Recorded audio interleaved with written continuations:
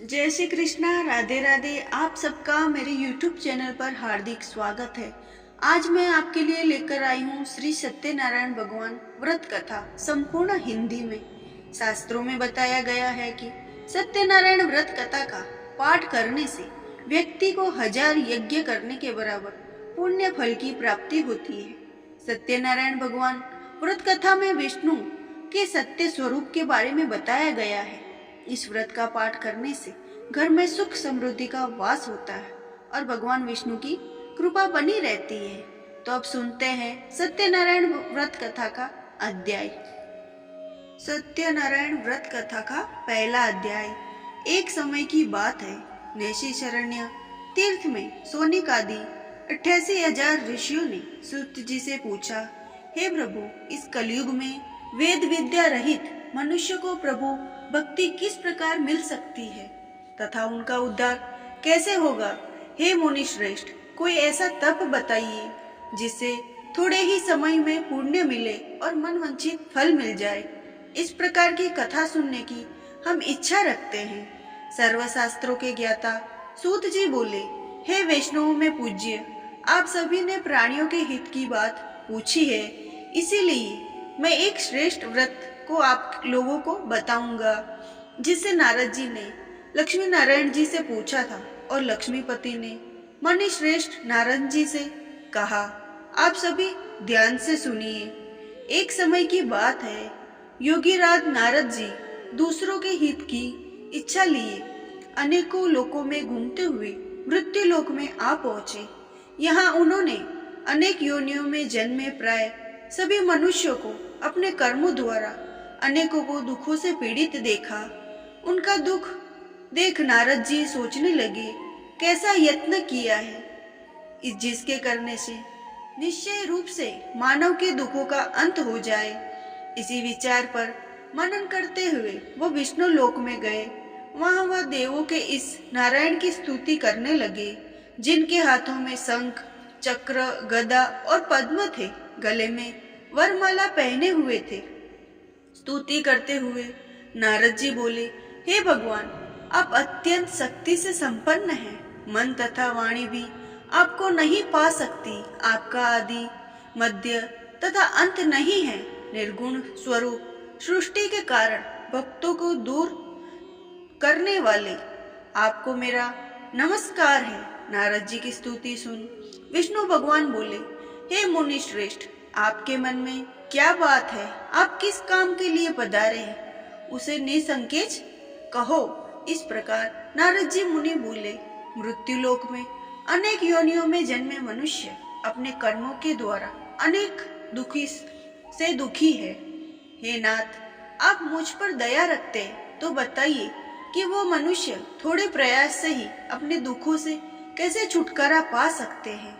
श्री हरि बोले, हे नारद, मनुष्यों की भलाई के लिए तुमने बहुत अच्छी बात पूछी है। जिसके करने से मनुष्य मोह से छूट जाता है, वह बात मैं कहता हूँ, उसे सुनो। स्वर्ग लोक व मृत्यु लोक दोनों में एक दुर्लभ उत्तम व्रत है जो पुण्य देने वाला है। आज प्रेम वंश होकर मैं उसे तुमसे कहता हूँ। श्री सत्यनारायण भगवान का यह व्रत अच्छी तरह विधान पूर्वक करके मनुष्य तुरंत ही यहाँ सुख भोग कर मरने पर मोक्ष पाता है। श्री हरि के वचन सुन नारद जी बोले कि उस व्रत का फल क्या है और उसका विधान क्या है? यह व्रत किसने किया था? इस व्रत को किस दिन करना चाहिए? सभी कुछ विस्तार पूर्वक आप बताइए। नारद जी की बात सुनकर श्री हरि बोले, दुख व शोक को दूर करने वाला, ये सभी स्थानों पर विजय दिलाने वाला, मानव को भक्ति व श्रद्धा के साथ शाम को श्री सत्यनारायण की पूजा धर्म परायण होकर ब्राह्मणों व बंधुओं के साथ करनी चाहिए। भक्ति भाव से ही नैवेद्य, केले का फल, घी, दूध और गेहूं का आटा सवाया ले। गेहूं के स्थान पर साठी का आटा, शक्कर तथा गुड़ लेकर वह सभी भक्षण योग्य पदार्थ को मिलाकर भगवान को भोग लगाए। ब्राह्मणों सहित बंधु बांधवों को भी भोजन कराए। उसके बाद स्वयं भोजन करे। भजन कीर्तन के साथ भगवान की भक्ति में लीन हो जाइए। इस तरह से सत्यनारायण भगवान का ये व्रत करने पर मनुष्य की सारी इच्छाएं निश्चित रूप से पूरी हो जाती है। इस कलिकाल अर्थात कलयुग में मृत्यु लोक में मोक्ष का यही सरल उपाय बताया गया है। श्री सत्यनारायण व्रत कथा का पहला अध्याय संपूर्ण समाप्त है। बोलिए श्री सत्यनारायण भगवान की जय। सत्यनारायण भगवान की व्रत कथा का दूसरा अध्याय। सूत जी बोले, हे ऋषियों, जिसने पहले समय में इस व्रत को किया था उसका इतिहास कहता हूँ, ध्यान से सुनो। सुंदर काशीपुरी नगरी में एक अत्यंत निर्धन ब्राह्मण रहता था। भूख प्यास से परेशान वह धरती पर घूमता रहता। ब्राह्मणों से प्रेम करने वाले भगवान ने एक दिन ब्राह्मण का वेश धारण कर उसके पास जाकर पूछा, हे विप्र, नित्य दुखी होकर तुम पृथ्वी पर क्यों घूमते हो? दिन ब्राह्मण बोला, मैं निर्धन ब्राह्मण हूँ, भिक्षा के लिए धरती पर घूमता हूँ। हे भगवान, यदि आप इसका कोई उपाय जानते हो तो बताइए। वृद्ध ब्राह्मण कहता है कि सत्यनारायण भगवान मनवांछित फल देने वाले हैं, इसीलिए तुम इसका पूजन करो। इसे करने से मनुष्य सभी दुखों से मुक्त हो जाता है। वृद्ध ब्राह्मण बनकर आए सत्यनारायण भगवान उस निर्धन ब्राह्मण को व्रत का सारा विधान बताकर अंत ध्यान हो गए। ब्राह्मण मन ही मन सोचने लगा, जिस व्रत को वृद्ध ब्राह्मण करने को कहे गया मैं उसे जरूर करूंगा। यह निश्चय करने के बाद उसे रात में नींद नहीं आई। वह सवेरे उठकर सत्यनारायण भगवान के व्रत का निश्चय कर भिक्षा के लिए चला गया। उस दिन निर्धन ब्राह्मण को भिक्षा में बहुत धन मिला, जिससे उससे बंधु बांधवों के साथ मिलकर श्री सत्यनारायण भगवान का व्रत संपन्न किया। भगवान सत्यनारायण का व्रत संपन्न करने के बाद निर्धन ब्राह्मण सभी दुखों से छूट गया, अनेक प्रकार की संपत्तियों से युक्त हो गया। उसी समय से यह ब्राह्मण हर माह इस व्रत को करने लगा। इस तरह से सत्यनारायण भगवान के व्रत को जो मनुष्य करेगा वह सभी प्रकार के पापों को छूटकर मोक्ष को प्राप्त होगा। जो मनुष्य इस व्रत को करेगा वह दुखों से भी मुक्त हो जाएगा। सूत जी बोले, इस तरह से नारद जी से नारायण जी का कहा हुआ श्री सत्यनारायण व्रत को मैंने तुमसे कहा। हे विप्रो, मैं अब और क्या कहूँ? ऋषि बोले, हे मुनिवर, संसार में उस विप्र से सुनकर और किस किस ने इस व्रत को किए, हम सब इस बात को सुनना चाहते हैं। इसके लिए मन में श्रद्धा का भाव है। सूत जी बोले, हे मुनियों, जिसने व्रत को किया है वे सुनो। एक समय वही विप्र धन व ऐश्वर्य के अनुसार अपने बंधु बांधवों के साथ इस व्रत को करने को तैयार हुआ। उसी समय एक लकड़ी बेचने वाला बूढ़ा आदमी आया और लकड़ियां बाहर रखकर अंदर ब्राह्मण के घर में गया। प्यास से दुखी वह लकड़हारा उसको बहुत व्रत करते देख विप्र को नमस्कार करने पूछने लगा कि आप यहाँ क्या कर रहे हो? तो उन्होंने बताया, व्रत कर रहा हूँ तथा इसे करने से क्या फल मिलेगा, कृपया करके मुझे बताइए। ब्राह्मण ने कहा, सब मनोकामना को पूरे करने वाला सत्यनारायण भगवान का व्रत है। इसकी कृपा से मेरे घर में धन धान्य आदि वृद्धि हुई। विप्र से सत्यनारायण व्रत या के बारे में जानकर लकड़हारा बहुत प्रसन्न हुआ। चरणामृत लेकर और प्रसाद खाने के बाद वह अपने घर गया। लकड़हारे ने अपने मन में संकल्प लिया, आज लकड़ी बेचने से जो धन मिलेगा उसी से श्री सत्यनारायण भगवान का उत्तम व्रत करूंगा। मन में इस विचार को ले बूढ़ा आदमी सिर पर लकड़ियां रख उस नगर में बेचने गया जहां धनी लोग ज्यादा रहते थे। उस नगर में उसे अपनी लकड़ियों का दाम पहले से 4 गुना अधिक मिला। बूढ़ा प्रसन्नता के साथ दाम लेकर केले, शक्कर, घी, दूध, दही और गेहूं का आटा ले सत्यनारायण भगवान के व्रत की अन्य सामग्रियां लेकर घर गया। वहां उसने बंधु बांधवों को बुलाकर विधि विधान से सत्यनारायण भगवान का पूजन और व्रत किया। इस व्रत के प्रभाव से वह बूढ़ा लकड़हारा, धन, पुत्र आदि से युक्त होकर संसार के समस्त सुख भोग अंतकाल में वैकुंठ धाम गया। श्री सत्यनारायण व्रत कथा का दूसरा अध्याय संपूर्ण। बोलिए श्री सत्यनारायण भगवान की जय। नारायण भगवान की व्रत का तीसरा अध्याय। सूत जी बोले, हे श्रेष्ठ मुनियों, अब आगे की कथा कहता हूँ। पहले समय में उल्का मुख नाम का एक बुद्धिमान राजा था। वह सत्य वक्ता और जितेंद्रिय था। प्रतिदिन देवस्थानों पर जाता, निर्धनों को धन देकर उनके कष्ट दूर करता था। उसकी पत्नी कमल के समान मुख वाली तथा सती साध्वी थी। भद्रशिला नदी के तट पर उन दोनों ने श्री सत्यनारायण भगवान का व्रत किया।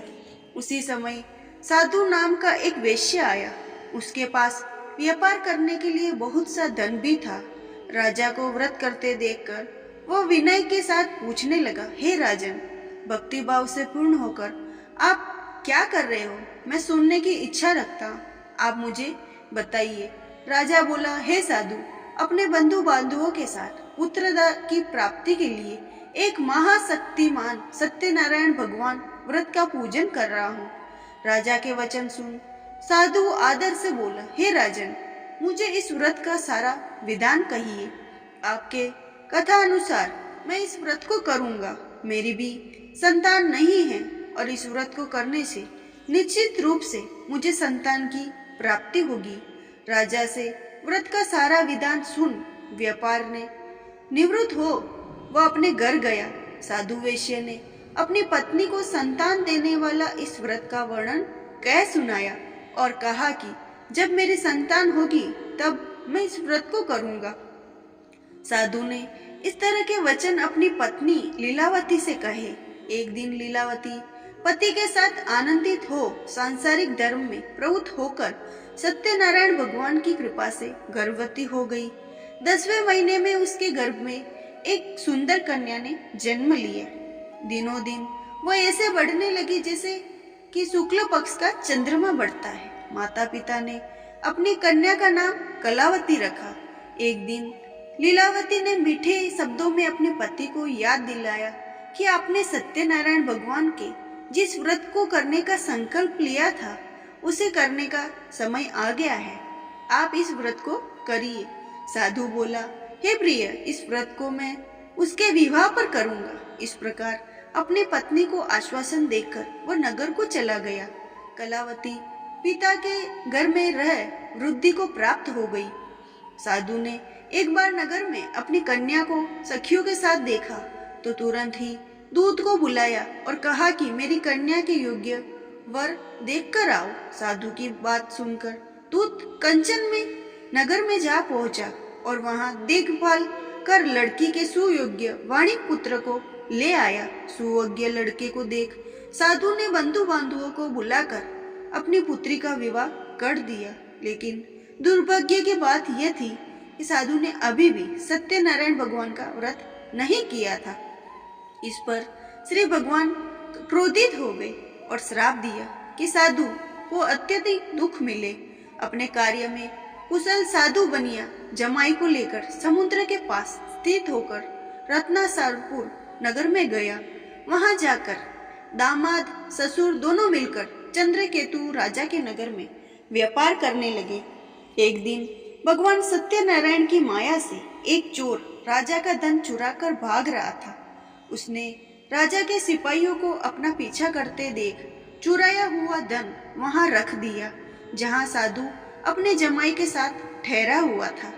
राजा के सिपाहियों ने साधु वैश्य के साथ राजा का धन पड़ा देखा तो वह ससुर जमाई दोनों को बांधकर प्रसन्नता से राजा के पास ले गए और कहा कि उन दोनों को चोरों को हम पकड़ लाए हैं, आप आगे की कार्यवाही की आज्ञा दे।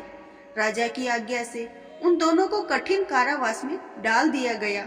उनका सारा धन भी उनसे छीन लिया गया। श्री सत्यनारायण भगवान से श्राप से साधु की पत्नी भी बहुत दुखी हुई। घर में जो धन रखा था उसे चोर चुरा ले गए।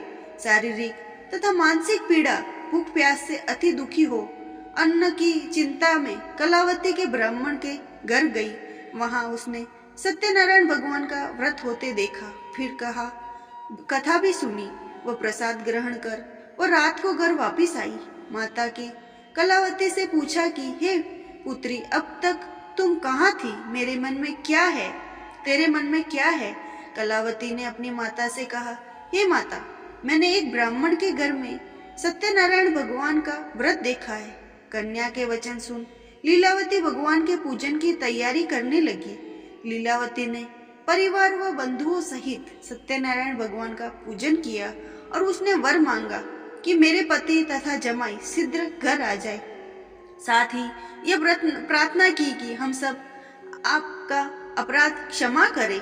श्री सत्यनारायण भगवान इस व्रत से संतुष्ट हो गए और राजा चंद्रकेतु के सपने में दर्शन देके कहा, हे राजन, तुम उन दोनों वेश्यों को छोड़ दो और तुमने जो उनका धन लिया है उसे वापस कर दो। अगर ऐसा नहीं किया तो मैं तुम्हारा धन, राज्य, संतान सभी को नष्ट कर दूंगा। राजा को यह सब कहकर अंत ध्यान प्रातःकाल सभा में राजा ने अपने सारा सपना सुनाया। फिर बोले कि वर्णिक पुत्रों को कैद से मुक्त कर सभा में ले आओ। दोनों ने आते ही राजा को प्रणाम किया। राजा मीठी वाणी में बोला, हे महानुभाव, भाग्यवंश, ऐसा कठिन दुख तुम्हें प्राप्त हुआ है, लेकिन अब तुम्हें कोई भय नहीं है। ऐसा कह राजा ने उन दोनों को नए वस्त्राभूषण देकर जितना धन उनका लिया था उससे 2 गुना देकर वापिस कर दिया। दोनों वैश्य अपने घर को चले गए। श्री सत्यनारायण व्रत कथा का 3रा अध्याय संपूर्ण। बोलिए श्री सत्यनारायण भगवान की जय। सत्यनारायण भगवान की व्रत कथा का 4था अध्याय। सूत जी बोले, वैश्य ने मंगलाचार कर अपनी यात्रा प्रारंभ की और अपने नगर की ओर चल दिए। उनके थोड़ी दूर जाने पर एक दंडी वेशधारी श्री सत्यनारायण ने उनसे पूछा, हे साधु, तेरी नाव में क्या है? अभिवाणी वणिक हंसता हुआ बोला, हे दंडी, आप क्यों पूछते हो? क्या धन लेने की इच्छा है? मेरी नाव में तो बैल व पत्ते भरे हुए। वैश्य के कठोर वचन सुन भगवान बोले, तुम्हारा वचन सत्य हो। दंडी ऐसे वचन कहे वहां से दूर चले गए। कुछ दूर जाकर समुद्र के किनारे बैठ गए। दंडी के जाने के बाद साधु वैश्य ने नित्य क्रिया से पश्चात नाव को ऊंची उठते देख अचंभा माना और नाव में बेल पत्ते आदि देख मूर्छित हो जमीन पर गिर पड़े। मूर्छा खुलने पर वह अत्यंत शोक में डूब गया। तब उसका दामाद बोला कि आप शोक ना मनाए, यह दंडी का श्राप है, इसलिए हमें उनकी शरण में जाना चाहिए, तभी हमारी मनोकामना पूरी होगी। दामाद की बात सुनकर वह दंडी के पास पहुंचा और अत्यंत भक्ति भाव से नमस्कार करके बोला, मैंने आपसे जो असत्य वचन कहे थे उनके लिए मुझे क्षमा करें। ऐसा कहकर महान शोकातुर हो के रोने लगा। तब दंडी भगवान बोले, हे वणिक पुत्र, मेरी आज्ञा से बार बार तुम्हें दुख प्राप्त हुआ है, तू मेरी पूजा से विमुख हुआ है। साधु बोला, हे भगवान, आपकी माया से ब्रह्मा आदि देवता भी आपके रूप को नहीं जानते, तब मैं अज्ञानी कैसे जान सकता हूँ? आप प्रसन्न होइए, अब मैं सामर्थ्य के अनुसार आपकी पूजा करूंगा। मेरी रक्षा करो, पहले के समान नौका में धन भर दो। साधु वैश्य के भक्ति पूर्वक वचन सुनकर भगवान प्रसन्न हो गए और उसकी इच्छा अनुसार वरदान देकर अंत ध्यान हो गए। ससुर जमाई वह सब नाव पर आए। नाव को धन से भरी हुई थी। फिर वहीं अन्य साथियों के साथ सत्यनारायण भगवान का पूजन कर अपने नगर को चल दिए। जब नगर के नजदीक पहुंचते तो दूत को घर पर खबर करने के लिए भेज दिया। दूत साधु की पत्नी को प्रणाम कर कहता है, मालिक अपने दामाद सहित नगर के निकट आ गए हैं। दूत की बात सुन साधु की पत्नी लीलावती ने बड़े हर्ष के साथ सत्यनारायण भगवान की पूजा कर अपनी पुत्री कलावती से कहा कि मैं अपने पति के दर्शन को जाती हूँ, तू कार्य पूर्ण कर शीघ्र आ जा। माता के ऐसे वचन सुन कलावती जल्दी में प्रसाद छोड़ अपने पति के पास चली गई। प्रसाद की अवज्ञा के कारण श्री सत्यनारायण भगवान रुष्ट हो गए और नाव सहित उसके पति को पानी में डुबो दिया। कलावती अपने पति को वहां पर न पाकर रोती हुई जमीन पर गिर गई। नौका को डूबा हुआ देख व कन्या को रोता देख साधु दुखी होकर बोला कि हे प्रभु, मुझसे तथा मेरे परिवार से जो भूल हुई है उसे क्षमा करें। साधु के दिन वचन सुनकर श्री सत्यनारायण भगवान प्रसन्न हो गए और आकाशवाणी हुई, हे साधु, तेरी कन्या मेरे प्रसाद को छोड़कर आई है, इसीलिए उसका पति अदृश्य हो गया है। यदि वह घर जाकर प्रसाद खाकर लौटती है तो इसे इसका पति अवश्य मिलेगा। ऐसी आकाशवाणी सुन कलावती घर पहुंचकर प्रसाद खाती है और फिर आकर अपने पति के दर्शन करती है। उसके बाद साधु अपने बंधु बांधुओं सहित सत्यनारायण भगवान की विधि विधान से पूजन करता है। इस लोक का सुख भोग व अंत में स्वर्ग जाता है। श्री सत्यनारायण भगवान की व्रत कथा का चौथा अध्याय संपूर्ण। बोलिए श्री सत्यनारायण भगवान की जय।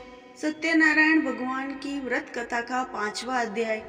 सूत जी बोले, हे ऋषियों, में और भी एक कथा सुनाता हूँ, उसे भी ध्यान पूर्वक सुनो। प्रजा पालन में लीन तुंग ध्वज नाम का एक राजा था। उसने भी भगवान का प्रसाद त्याग कर बहुत ही दुख सहन किया। एक बार वन में जाकर वन्य पशुओं को मारकर वह बढ़ के पेड़ के नीचे आया। वहां उसने ग्वालों को भक्ति भाव से अपने बंधुओं सहित सत्यनारायण भगवान का पूजन करते देखा। अभिमानवश राजा ने उन्हें देखकर भी पूजा स्थान में नहीं गया और ना ही उनसे भगवान को नमस्कार किया। ग्वालों ने राजा को प्रसाद दिया, लेकिन उसने वह भी नहीं खाया। प्रसाद को छोड़ वह अपने नगर को चला गया। जब वह नगर में पहुंचा तो सब कुछ तहस नहस पाया, तो वह शीघ्र ही समझ गया कि ये सब भगवान ने ही किया है। वह दोबारा ग्वालों के पास पहुंचा और विधि पूर्वक पूजा करके प्रसाद खाया और श्री सत्यनारायण भगवान की कृपा से सब कुछ पहले जैसा हो गया। दीर्घ काल तक सुख भोगने के बाद मरणोपरांत उसे स्वर्गलोक की प्राप्ति हुई। जो मनुष्य परम दुर्लभ इस व्रत को करेगा तो भगवान सत्यनारायण की अनुकंपा से उसे धन धान्य की प्राप्ति होगी।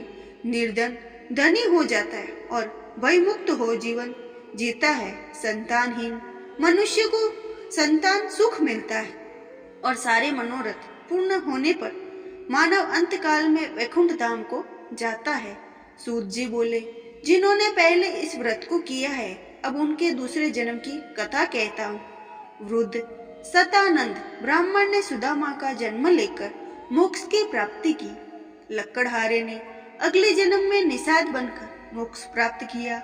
उल्का मुख नाम का राजा दशरथ होकर वैकुंठ को गया। साधु नाम के वैश्य ने मोर ध्वज बनकर अपने पुत्र को आरे से चीरकर मोक्ष पाया। महाराज तुंग ध्वज ने स्वयंभू होकर भगवान में भक्ति युक्त हो और कर्म को मोक्ष पाया। श्री सत्यनारायण व्रत कथा का 5वां अध्याय संपूर्ण। बोलिए श्री सत्यनारायण भगवान की जय। ये कथा यही समाप्त होती है। अगर आपको मेरी श्री सत्यनारायण भगवान की कथा अच्छी लगी हो तो मेरे चैनल को सब्सक्राइब करें और मेरे वीडियो को ज़्यादा से ज़्यादा शेयर करें और बेल आइकन को प्रेस करें ताकि आने वाली वीडियो आप तक पहुंचे और आप देख सको। और आप मेरी कथा को देखने के लिए आपका बहुत बहुत धन्यवाद। श्री सत्यनारायण भगवान की जय।